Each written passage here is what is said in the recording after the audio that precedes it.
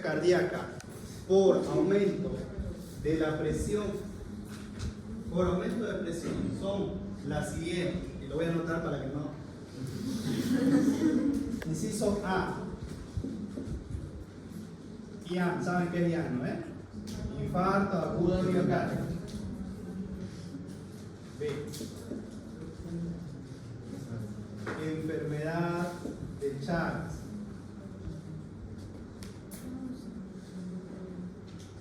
Inciso C. Angina estable.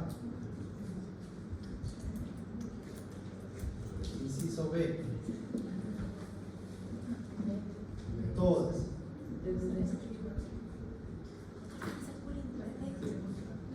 ¿Ah? Ah, D. Ya. Repite la pregunta. Bien. La causa del aumento del concéntrico de la insuficiencia cardíaca es debida a la siguiente patología.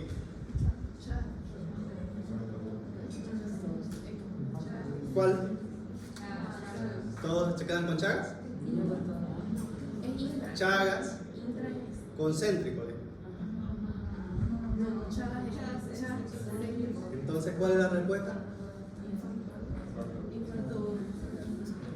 El infarto como tal. Y ustedes tienen que analizar. El infarto, ¿qué es lo que me va a dar? Me va a dar un daño segmentario o localizado que a la larga, por disminución de la contractilidad, va a llevar a una hipertrofia excéntrica del corazón. Entonces, este no es. Este tampoco es. Angina estable. La angina es un primo hermano del infarto. Y al ser un primo hermano no quiere decir que hagan lo mismo. Se parecen, pero no causan el mismo daño. Un infarto es una obstrucción completa, una angina estable es una obstrucción que pasa o que está un rato y puede volver a la normalidad y por lo tanto no va a causar daño, pero sí un dolor. Entonces, si no causa daño, no causa lesión, no causa daño estructural. ¿No? Y aquí me faltó ninguna. No, buen doctor. A, B, C, D, E. Ninguna. Bien. Todo lo probamos. Entonces, si ustedes leen y razonan de esa manera, no necesitan ni estudiar, ¿no es cierto? ¿Alguna pregunta de insuficiencia cardíaca del lado izquierdo? ¿Ven cómo me mato haciendo sus exámenes para que ustedes no lean después? Bueno, y la otra contraparte es la insuficiencia cardíaca derecha. Se dice que la insuficiencia cardíaca derecha es principalmente debida a una insuficiencia cardíaca del lado izquierdo. ¿Por qué? Porque la insuficiencia cardíaca del lado derecho va a ser consecuencia del aumento de la presión hidrostática del lado izquierdo, y consecuentemente va a aumentar la presión con la que se tiene que contraer el ventrículo derecho. Y el ventrículo derecho como tal es mucho más delgado, mucho más débil que el ventrículo izquierdo, y va a tener mayor repercusión hemodinámica, mayor repercusión clínica en el paciente, es más escandalosa que la insuficiencia cardíaca izquierda, ¿no? Pero es más pausada, más lenta, y el paciente está meses antes de llegar a nosotros con la sintomatología marcada de insuficiencia cardíaca derecha. Ahora, bien, como les mencionaba, la causa principal de insuficiencia cardíaca derecha es una insuficiencia cardíaca izquierda, y las insuficiencias cardíacas izquierdas dan por lo general la hipertensión arterial.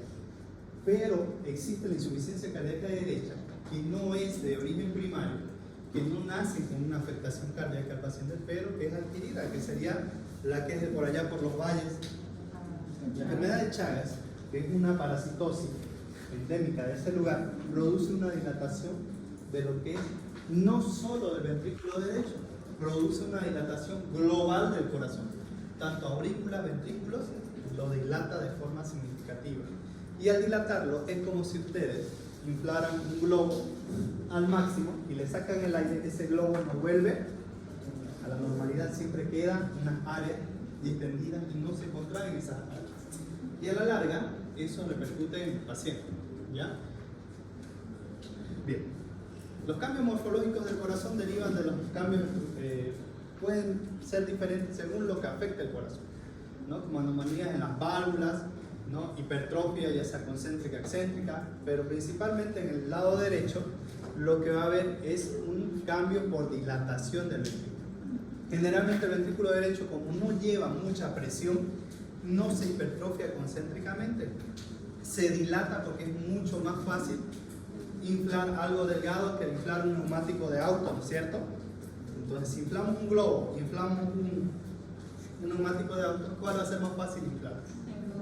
El globo, ¿no? Lo mismo pasa en el corazón derecho.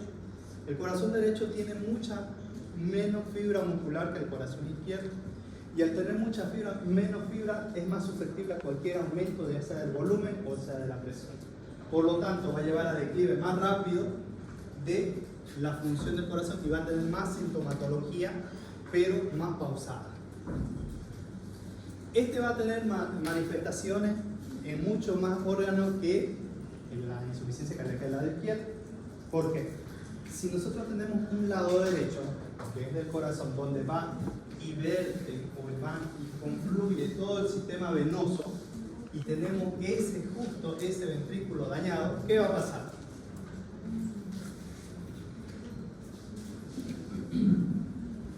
¿Quién digo yo? Bien, principalmente va a haber congestión. ¿Dónde? Aquí ya no es en el pulmón. Bien. Les voy a enseñar una forma muy práctica de cómo se distingue la insuficiencia cardíaca del lado derecho, que no lo van a encontrar en ningún libro. Si aquí vienen y confluyen todos los vasos del cuerpo, ¿a través de qué vena? Vena cava. ¿Qué se llama? Vena cava superior. ¿Y acá abajo qué está? La vena cava inferior. Vienen y confluyen. ¿Qué es lo que va a pasar de abajo hacia arriba? De abajo hacia arriba, por el aumento de la presión hidrostática y aumento del sistema de capacitancia, es como si ustedes imaginaran un vaso con agua, el cual ya está al tope, y le siguen echando agua, va a empezar a chorrear. ¿Y esa agua dónde va a ir primero? Al piso. ¿Y en el piso qué va a empezar a ver? Un charco, ¿no? Y si va a haber un charco, se va a traducir en edema de miembros inferiores progresivo ascendente. ¿Eso qué quiere decir? Empieza el pie, después el tobillo y va subiendo, sigue subiendo, llega a la región inguinal, puede haber edema inguinoescrotal. Si sigue subiendo y no hacemos nada por ese paciente, no lo medicamos,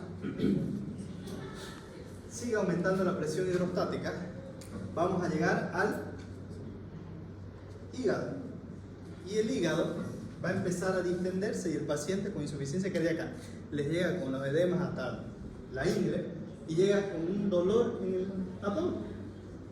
Y ustedes le dan el famoso Viadil, le dan el famoso Ketorol, le dan todos los analgésicos habidos por haber y el paciente sigue con dolor. ¿Y ese dolor por qué lo explica? Yo tenía un compañero de residencia, en la residencia médica nosotros hacemos grupos por especialidades, ¿no? Tanto medicina interna como cirugía. Los cirujanos son los que nos damos pareales.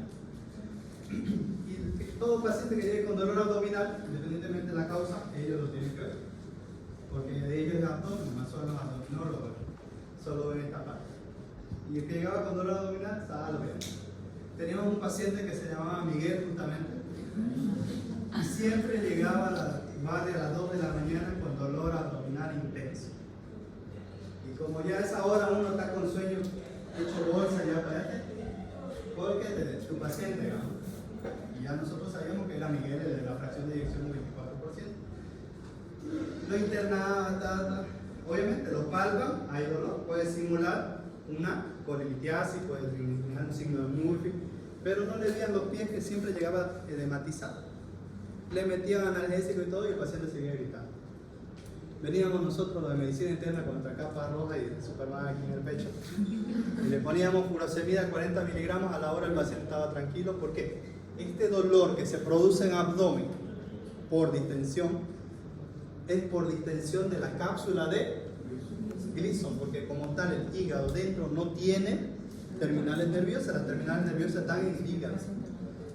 Y como el hígado tiene venas portales está el sistema porta y además tiene las venas suprahepáticas, lo que hace es que dentro del hígado empieza a acumularse también líquido. Entonces va a aumentar la presión hidrostática y va a aumentar tanto el tamaño del hígado como va a dar manifestación al dolor. Entonces va a haber edema en miembros inferiores, va a haber aumento del hígado, puede haber ascitis, porque si aumenta la presión hidrostática a nivel del hígado, va a haber fuga de líquido. ¿A dónde? Al peritoneo. Y si hay líquido en el peritoneo, lo que va a producir es ascitis. Entonces el paciente, además de eso, puede llegar con un abdomen tan distendido que tenga circulación colateral.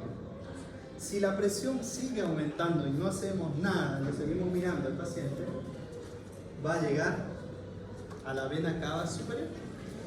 ¿Y qué manifestaciones va a dar ahí?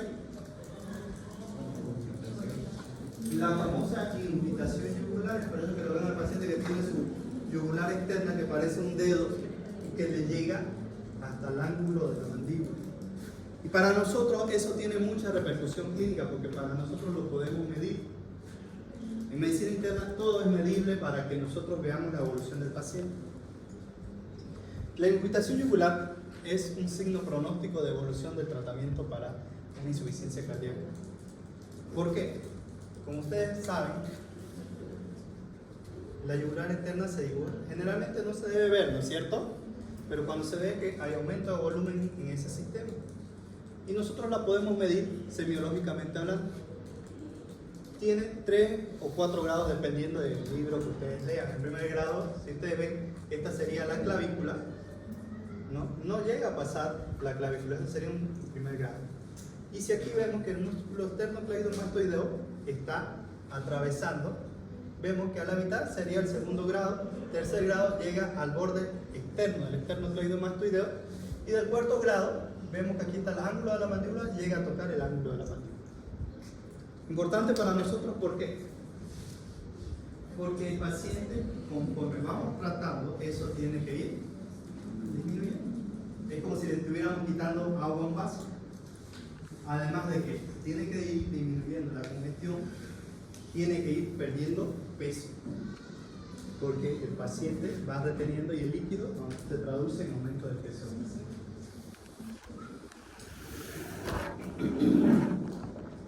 Bien.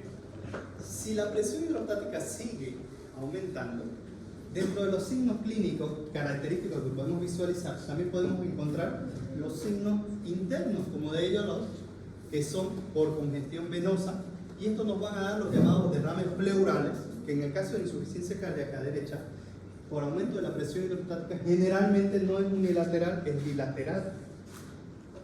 La insuficiencia cardíaca derecha no da un derrame pleural unilateral, es muy raro, prácticamente nula, porque se aumenta no solo en un pulmón la presión, sino en ambos. Y al aumento de la presión hidrostática va a haber fuga hacia ambos, no va a haber solo a un lugar.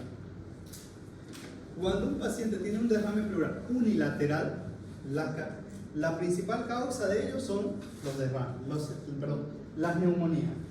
La siguiente causa son los procesos tumorales.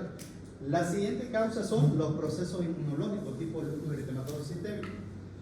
Y una de las principales, antes de todo, la tuberculosis, que también no solo afecta al pulmón, sino también puede afectar pleura y solo hacer derrames pleurales. Si sigue aumentando la presión hidrostática, los edemas, que son nada más que aumento de líquido en el intersticial, va a causar un edema subcutáneo. ¿Y cómo nos va a llegar el paciente?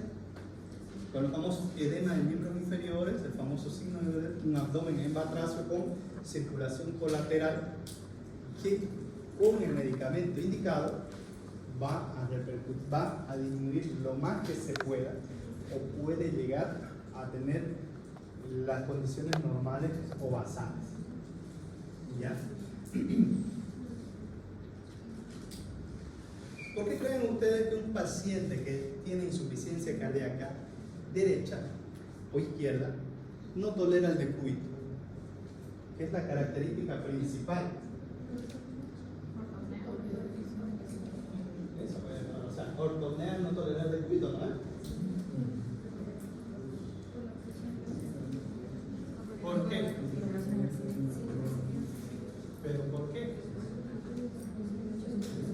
pregunta de residencia incluso, ¿no? Fue pregunta de internado en algún momento y es bastante común.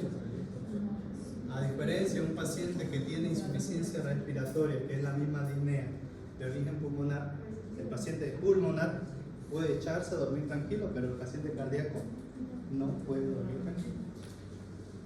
¿Por qué creen? ¿Cuál es la explicación? Si yo les pongo en el examen, paciente con disnea paroxística nocturna,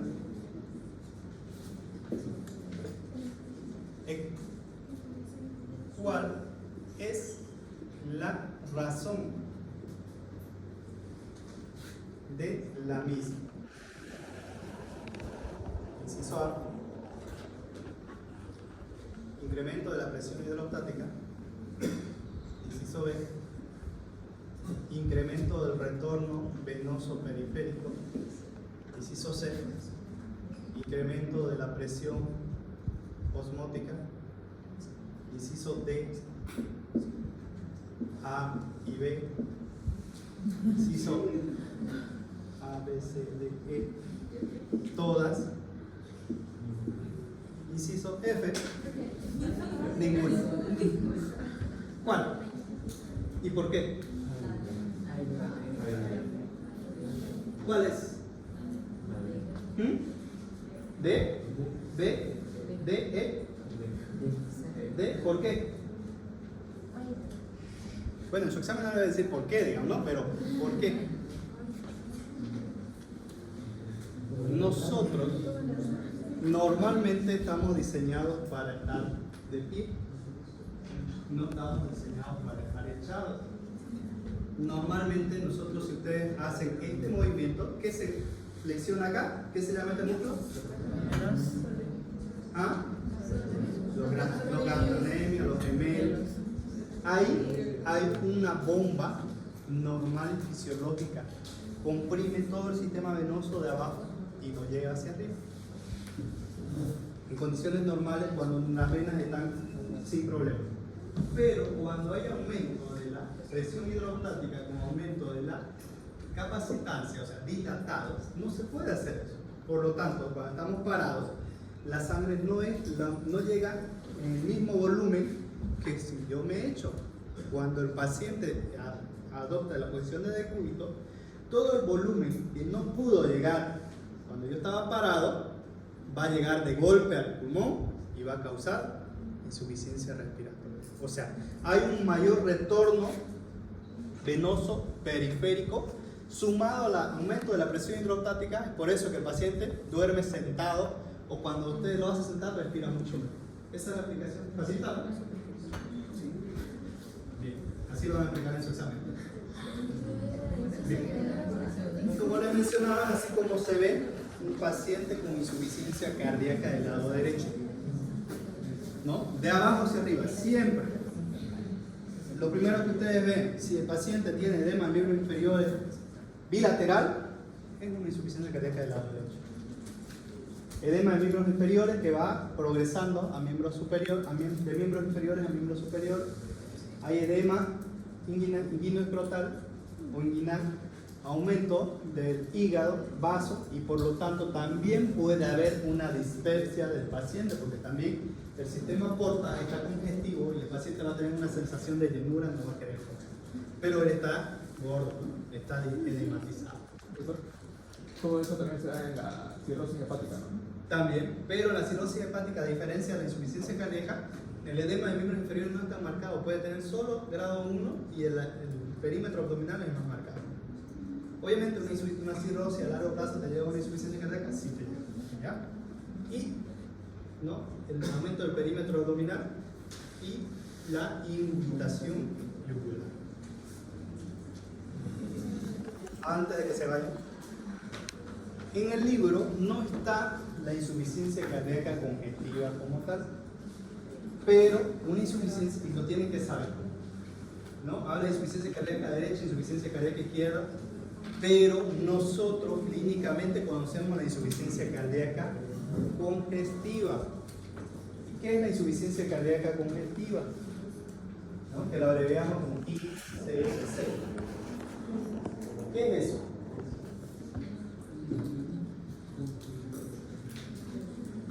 ¿Qué es la insuficiencia cardíaca congestiva? Porque ojalá fuera bonito que llegara el paciente solo cardíaco izquierdo, solo cardíaco derecho. No existe la parte idónea de la medicina que el paciente solo es izquierdo, solo es derecho. En medicina existe un mix que se llama insuficiencia cardíaca congestiva, que es un paciente que tiene manifestaciones clínicas izquierda y derecha, las dos suman y se hace congestivo, ¿no? Y es así como le llega al paciente, llega edematizado con edema agudo de pulmón, con un corazón dilatado y ustedes no saben por qué. Pero la insuficiencia cardíaca congestiva, que es la que llega al hospital, donde ustedes están haciendo su práctica, y van a ver las historias clínicas de todos los pacientes internados, ninguna dice insuficiencia cardíaca izquierda, insuficiencia cardíaca derecha. Todas dicen insuficiencia cardíaca congestiva o ICC, ¿no? O IC, nada más. Y esa IC o ICC es la suma de las dos.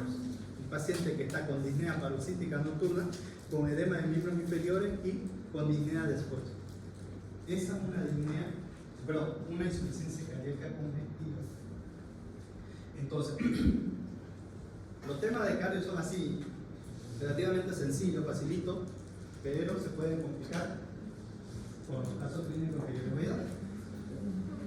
¿Se entendió? Sí. Bien. La próxima clase vamos a hablar de microenfermería isquémica, que es otro tema bastante interesante, que a la larga igual llega a la insuficiencia cardíaca, pero hay que hablarlo por separado según el libro. ¿Ya?